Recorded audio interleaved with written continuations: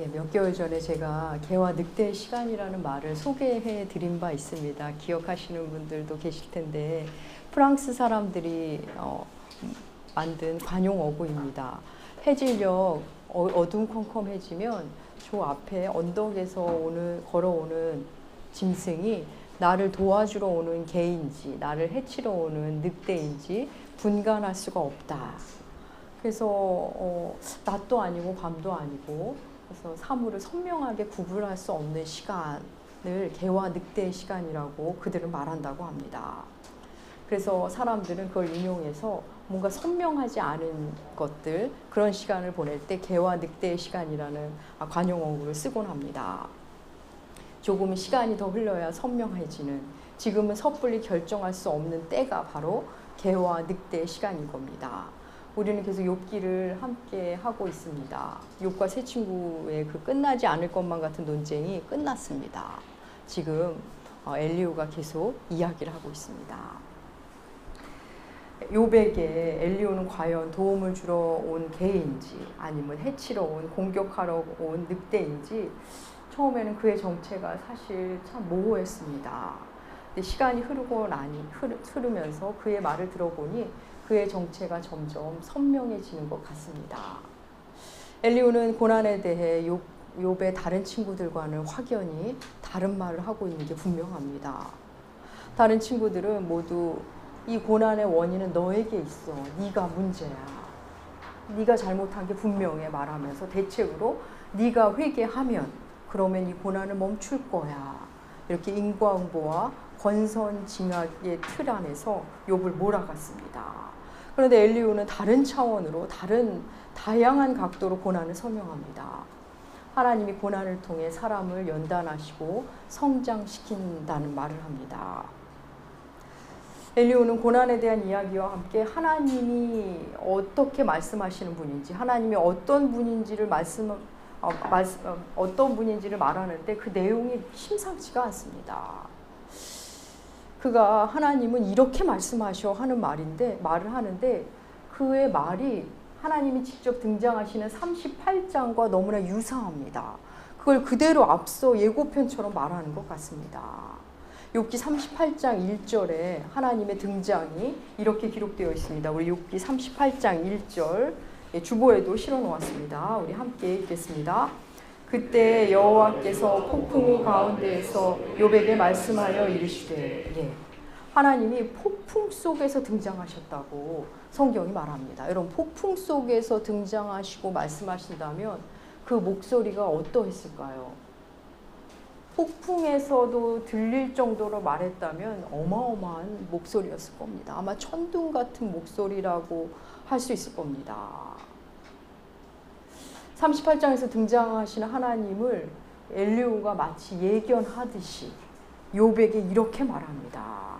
엘리후는 자신이 하나님의 말씀으로 떨렸다면서 하나님의 말씀이 자기에게 어떻게 왔는지를 설명하고 그들에게 이야기합니다. 욥기 37장 1절에서 4절 말씀 세 번역으로 여러분의 주보에 실어 놓았습니다. 우리 함께 읽겠습니다. 폭풍이 나의 마음을 거세게 칩니다. 네 분은 모두 하나님의 음성을 들으십시오. 그분의 입에서 나오는 천둥과 같은 소리를 들으십시오. 하나님이 하늘을 가로지르면서 번개를 저 끝으로 가로지르게 하십니다. 천둥과 같은 하나님의 음성이 들립니다. 번개불이 번쩍이고 나면 그 위험찬 천둥 소리가 울립니다. 하나님이 어떻게 등장하시는지를 마치 예고편을 보여주듯이 엘리후가 욥에게 그리고 세 친구들에게 이렇게 말하고 있습니다. 엘리후는 욥보다 하나님을 먼저 경험한 사람인 것 같습니다. 천둥 같은 하나님의 음성, 번개불과 함께 등장하는 하나님을 그는 이야기합니다. 그리고 더욱이 놀라운 것은 그는 이어서 자연 만물을 다스리는 하나님에 대해서 그들에게 말합니다. 36장 후반부를 시작으로 37장에서 하나님이 자연을 조율하고 조정하고 통치하시는 모습을 그는 이야기합니다. 물방울이 하늘에 올라가 구름이 되고 구름이 비가 되어 내리고 번개와 우레를 통해서도 하나님은 말씀하시고 큰 비와 작은 비를 땅에 내리시고 그렇게 자연 만물에 통해서 징계도 하시고 긍휼도 베푸신다고 그는 말합니다. 자연 만물로 하나님을 설명하는 것 역시 38장에서 하나님이 하나님 자신을 설명하는 것과 너무나 유사합니다. 하나님은 38장에서 욥에게 폭풍과 함께 등장하시면서 하나님이 하시는 일을 자연 만물을 통해 이야기하십니다. 욥에게 네가 바다의 샘을 보았느냐? 네가 우박창고를 본 적이 있느냐? 누가 들나귀를, 누가 들소와 타조를 돌보고 있느냐? 네가 구름을 세워본 적이 있느냐? 이러면서 하나님은 하나님이 하시는 일을 자연 만물을 통해 이야기하십니다. 마치 엘리후가 하는 말의 연장선상에서 하나님이 이어받다 얘기하시는 것 같습니다. 엘리후는 그저 고난 이야기를 하는 걸 넘어 하나님의 일을, 하나님의 신비를 말하고 있습니다. 또한 욥에 대해서 하는 말도 마찬가지입니다. 엘리후가 욥에 대해서 한 말을 하나님이 또 유사하게 하는 부분이 있습니다. 엘리후가 욥에게 이런 말을 합니다. 욥기 34장 34절과 35절 엘리후가 욥에게 하는 말입니다. 함께 읽겠습니다. 슬기로운 자와 내 말을 듣는 지혜 있는 사람은 반드시 내게 말하기를 욥이 무식하게 말하니 그의 말이 지혜롭지 못하도다 하리라. 엘리후가 욥에게 욥 어르신은 무식하게 말씀하시니 지혜 없다는 소리를 들으실 겁니다. 이런 말을 했습니다. 그런데 하나님이 욥에게 그 말씀을 하십니다. 욥기 38장 2절 하나님이 욥에게 이야기를 하시면서 처음 말을 떼는 말입니다. 하나님의 말씀 38장 2절 함께 읽겠습니다. 무지한 말로 생각을 어둡게 하는 자가 누구냐.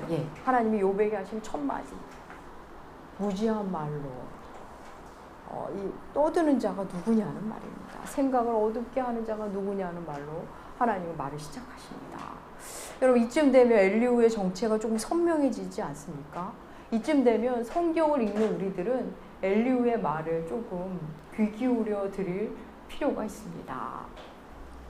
엘리후가 말하는 고난의 신비와 고난의 궁극은 여러분 사실 크게 두 가지인데 먼저 한번 36장 8절과 12절 엘리후의 말 함께 세 번역으로 실어놓았는데 함께 읽겠습니다. 혹시 그들이 족쇄에 매이거나 환난의 줄에 얽혔으면 그들의 소행과 악행과 자신들의 교만한 행위를 알게 하시고 그들의 귀를 열어 교훈을 듣게 하시며 명하여 죄악에서 돌이키게 하시나니 만일 그들이 순종하여 섬기면 형통한 날을 보내며 즐거운 해를 지낼 것이요 만일 그들이 순종하지 아니하면 칼에 망하여 지식이 없이 죽을 것이니라. 여기서 혹시 그들이 족쇄에 매이면 여기 그들은 의인을 말하는 겁니다. 앞에 얘기로 의인들이 환난을 당하면 찾아오면 어떤 일이 생겨나냐면 중간에 보면 교만한 행위를 알게 하시고 주의 교훈을 듣게 하시고 죄에서 돌이키게 하시고 고난의 유익을 그는 이렇게 말합니다. 의롭게 사는 듯한 사람들에게 고난이 찾아온다는 것은 자신의 의 때문에 전혀 발견하지 못했던 자기 안에 숨어있는 그 교만을 알게 하신다는 겁니다. 또한 하나님의 교훈을 귀를 열어 듣게 하신다는 겁니다. 고난을 통해. 또 하나는 그런 다음에 죄에서 돌이키게 하신다는 것. 고난의 역할이라는 겁니다. 고난을 겪기 전에 만날 수 없었던 나의 교만을 알게 하시고 고난이 오기 전에는 들려지지 않았던 주의 교훈을 듣게 하시고 고난이 오기 전에는 전혀 돌이키지 못했던 그것을 돌이키게 하시려는 그 하나님이라는 겁니다. 고난을 겪어야만 돌이키게 되는, 고난을 겪어야만 하게 되는 회개가 있다는 겁니다. 이어 고난 중에 있을 때 그럼 어떻게 해야 하는지를 엘리후는 말합니다. 36장 34절 함께 읽겠습니다. 그대는 하나님께서 하신 일을 기억하고 높이라. 잊지 말지어니라. 인생이 그의 일을 찬송하였느니라. 고난이 오면 그럼 어떻게 해야 하는지는 그가 말합니다. 고난보다 크신 하나님을 찬양하는 자리로까지 나아가라는 겁니다. 고난을 통과하며 찬양의 자리까지 가는 것이 인생의 본분이라고 말합니다. 앞서서는 고난의 유익, 고난을 왜 주시는지 고난의 신비를 얘기했고, 또 이어서는 고난에 처했을 때 그럼 어떻게 해야 하는지를 이 두 가지로 그는 말하고 있는 겁니다. 하나님을 기억하고 하나님의 하신 일을 기억하고 높이고 잊지 말아라. 그리고 그것을 찬송하라. 여러분, 예배가 바로 그 일을 하는 것입니다. 주님의 창조를, 주의 은혜를 기억하는 자리입니다. 예수를 높이는 자리입니다. 은혜를 높이고 찬양하는 자리입니다. 사실 여러분, 너무나 옳은 말이고 사실 뭐 늘 들어온 말인데 그게 쉽지가 않습니다. 여러분 다 경험하실 겁니다. 저도 그러고 싶어요. 근데 그게 잘 안 돼요. 고난이 나를 조여오면 하나님의 말씀도 기억이 안 나고 찬양이요? 불평하지 않는 것도 너무 힘들어요. 하나님, 이런 느낌이 들으실 겁니다. 우리는 자신의 욕구를 기억해내고 내 이름을 높이고 나를 찬양하고 싶은 마음이 우리 안에 늘 있기 때문입니다. 주를 예배하자는 말조차 듣기 싫어하는 시대가 되었습니다. 고난이 찾아오면 더더욱 말도 안 되는 이야기를 예배드리자는 말이 전혀 안 들립니다. 보통 때도 안 하던 일을 고난 중에 하기란 정말 더 어려운 것 같습니다. 엘리야는 고난이 오면 본래 우리가 해야 하는 일, 하나님을 높이고 기억하고 찬양해야 하는 그 일로 찾아 들어가야 한다고 이야기합니다. 그 일을 하기까지 계속 주께서 우리에게 고난을 허용하실지도 모른다는 이야기가 숨어 있는 겁니다. 고난을 넘어 찬양의 자리로 가라. 여러분, 욥이 엘리후의 이 말을 듣고 어떠했을까요? 참 답답했을 겁니다. 힘들었을 겁니다. 우리는 여기서 엘리후라는 인물을 조금 살펴보고자 합니다. 엘리후는 말씀드린 대로 하나님이 이제 곧 나타나실 텐데, 하나님이 나타나시기에 앞서 하나님의 언어를 미리 가르쳐주는 사람 같습니다. 하나님을 만나는데 큰 충격이 없도록 완충작용을 하는 사람인 것 같습니다. 그런데 그의 모습이 참 우리를 불편케 할 때가 있습니다. 분명 우리 성경을 읽으면서 엘리후라는 인물은 욥을 해치러 온 늑대가 아니라 욥을 도우러 온 개임을 선명히 보게 됩니다. 그런데 우리 삶에서 이 엘리후와 같은 존재가 등장하면 반갑다기보다는 좀 불편할 때가 있습니다. 먼저 오늘 본문 속 엘리후는 욥의 친구보다 나이가 어린 사람으로 상정이 되었습니다. 여러분, 여기서 나이가 어리다는 것은 그냥 어린 사람이라는 거 이상의 의미가 있습니다. 나보다 경험이 없는 사람, 나보다 아는 것이 적은 사람, 그리고 사실 내가 이전에 가르쳤던 사람일지도 모릅니다. 그런데 그가 나에게 조언을 합니다. 여러분 마음 어떠실까요? 기분이 나쁩니다. 귀가 다치고 마음도 다치기 십상입니다. 그런데 그의 말하는 내용이 옳다는 겁니다. 틀리면 네가 뭘 안다고 그래 라고 말할 텐데, 사실 가슴에 손을 얹고 생각해보면 그의 말이 다 옳습니다. 나보다 어린 것이, 나보다 경험도 없는데 옳은 말을 합니다. 그래서 더 듣기가 싫습니다. 때로는 그가 예의 바르게 말하면 예의 발라서 또 기분 나쁩니다. 또 내용이 무례하면 무례해서 또 기분이 나쁜 겁니다. 나이로 제압해보지만, 경험과 전문성으로 한번 눌러보고 싶지만 사실 상대가 참아주는 것처럼 느껴질 때가 있습니다. 우리 안에 성령이 있으면 사실 그걸 다 느끼게 되어 있습니다. 여러분은 이런 경우 없으십니까? 이렇게 약간 불편한 엘리후가 등장했다면 그는 분명 하나님이 보내신, 하나님을 만나기 전에, 하나님을 전격적으로 만나기 전에 만나야 할 사람일 가능성이 큽니다. 욥과 세 친구는 엘리후가 그렇게 오랫동안 말을 했지만 별 반응을 보인 것 같지 않습니다. 그럼에도 욥이 하나님을 만나는데 큰 도움을 주었으면 분명할 겁니다. 엘리후를 통해 하나님은 하나님과의 만남을 준비시킨 것이 분명합니다. 그럼 이번에 엘리후의 입장에서 한번 살펴볼까요? 엘리후는 지금 열심히 말하고 설명합니다.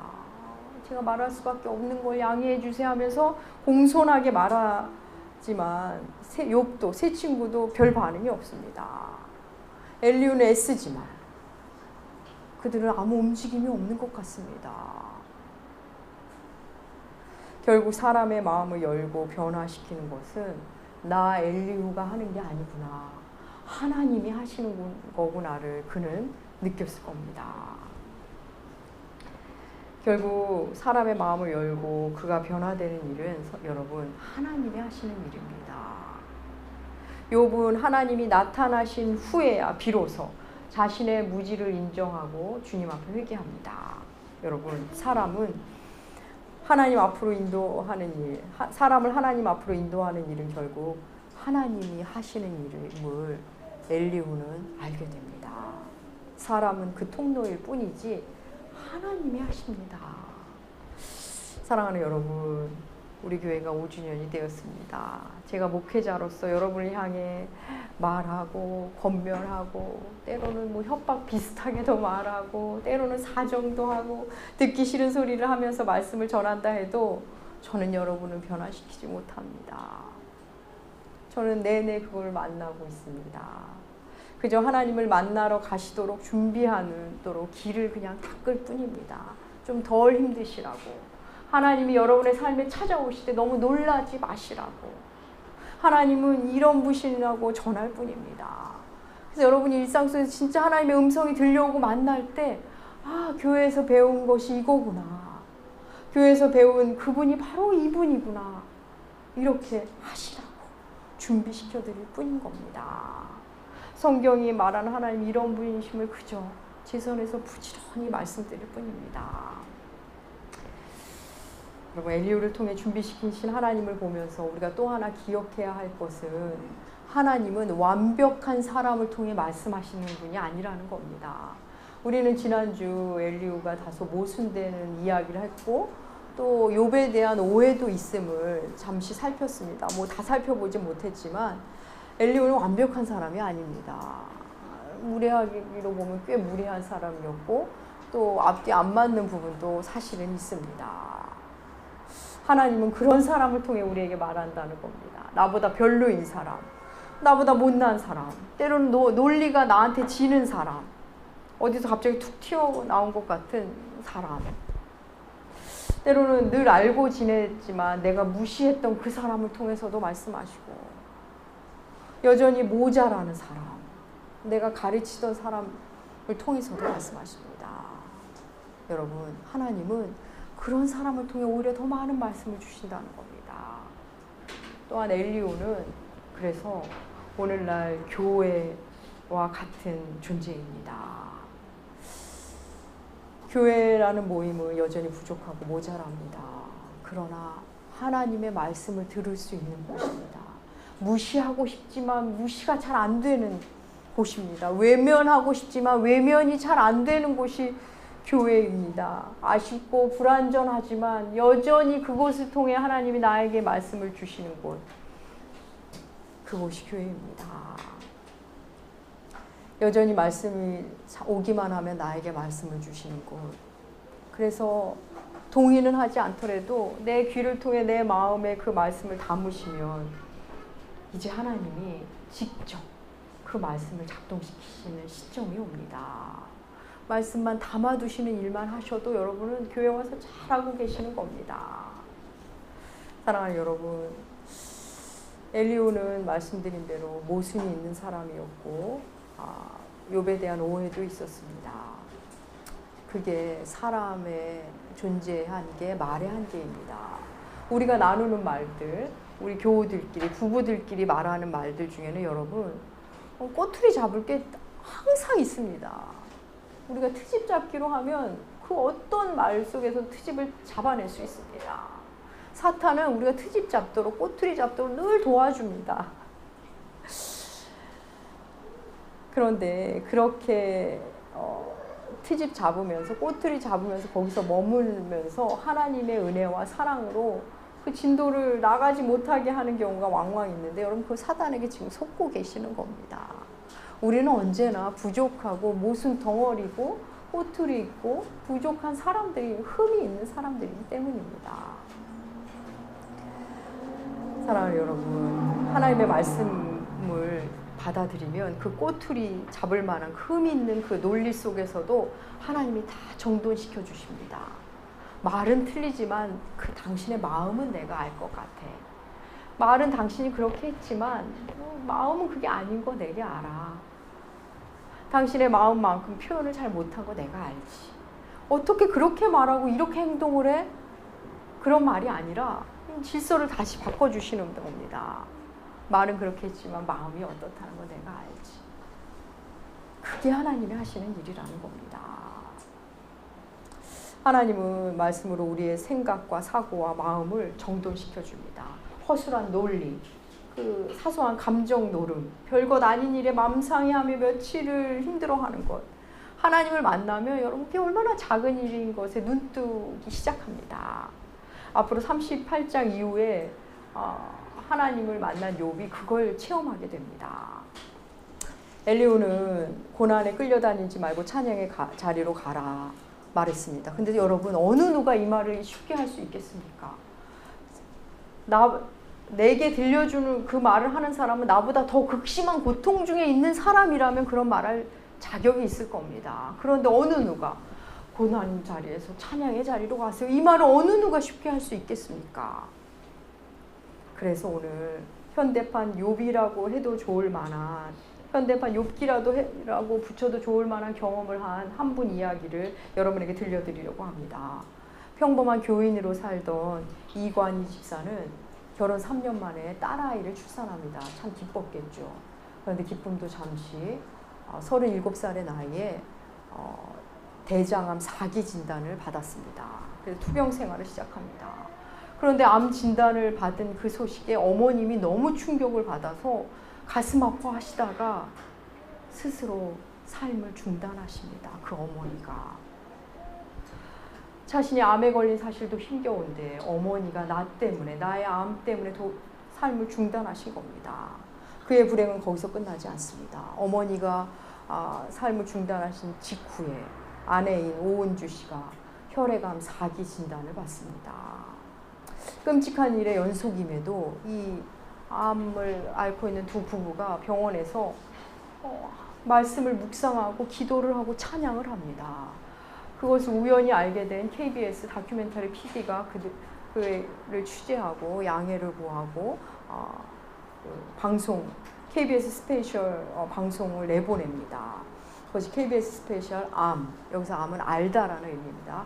교회 오빠라는 제목으로 방송을 내보냅니다. 이관희 집사의 이야기가 방송된 후에 사람들이 그에게 연락을 하며 묻습니다. 도대체 당신이 믿는 하나님은 어떤 하나님이십니까? 어떻게 이 비극적인 고통 앞에서 하나님을 여전히 찬양할 수 있습니까? 당신을 아파하다가 당신의 어머님이 삶을 중단했는데 어떻게 하나님을 찬양할 수 있습니까? 그에 대해 그는 이런 답변을 합니다. 저 역시 절망했습니다. 어머니가 너무 고통스러워하셔서 어머니를 위로해달라고 기도했는데 도리어 어머님이 삶을 중단했습니다. 나의 기도를 들어주시지 않은 하나님 앞에 절망했고 낙심했고 원망했습니다. 온통 원망만 쏟아냈습니다. 그런데 나의 원망 가운데 하나님이 오셔서 성령이 일하셨습니다. 어머니의 죽음 앞에 너무너무 고통스러워하는 그 자기에게 하나님이 보여주신 것은 어머니를 끌어안고 우시는 하나님, 어머니를 안고 눈물 짓는 주님의 모습을 그가 봤다고 합니다. 그때부터 성령께서 자신의 입을 통해 남은 기도를 이어가셨고 어머니가 구원받았음을 자신은 확인했고 확신을 하게 되었다고 합니다. 아니, 말씀드린 대로 그의 슬픔은 거기서 끝나지 않았습니다. 아내가 어머니를 보낸 후 혈액암 4기에 걸린 걸 알았을 때도 역시 그는 또 절망했습니다. 깊은 탄식과 함께 자기의 모든 죄를 하나님 앞에 회개했습니다. 매달렸습니다. 하나님, 이러다 우리 가정 다 죽게 생겼어요. 저를 좀 용서해 주세요. 저를 살려주세요. 제가 다 잘못했습니다. 저에게 긍휼을 베풀어 주세요. 그 기도밖에는 할 게 없었답니다. 그때도 그는 나보다 나의 상황을 더 아파하시는 주님을 만났다고 말합니다. 그래서 그 부분은 여전한 방식으로 하나님 앞에 무릎 꿇고 주님을 찬양하며 병실 생활을 하고 있다고 합니다. 이관희 집사의 다큐멘터리를 보고 사람들이 당신이 믿는 하나님을 나도 믿고 싶습니다 라며 연락이 옵니다. 이관희 집사님은 지난해 죽음을 맞이했고 그의 이야기를 담은 영화가 오는 5월에 상영된다고 합니다. 사랑하는 여러분, 고난 없는 인생이 어디 있겠습니까? 고난이라는 터널을 통과하며 우리는 하나님을 분명히 좀 더 가까이 만나게 될 겁니다. 그냥 우리 열차를 타다 보면 밖의 경치를 만끽하며 즐기며 노래해야 하는 구간도 있고 또 터널이 들어오면 그냥 어둠만 경험하는 구간이 있습니다. 터널이 길면 길수록 어두우면 어두울수록 우리는 어찌할 바를 모릅니다. 이렇게 길 줄 몰랐네, 이렇게 어두울 줄 몰랐네 하게 됩니다.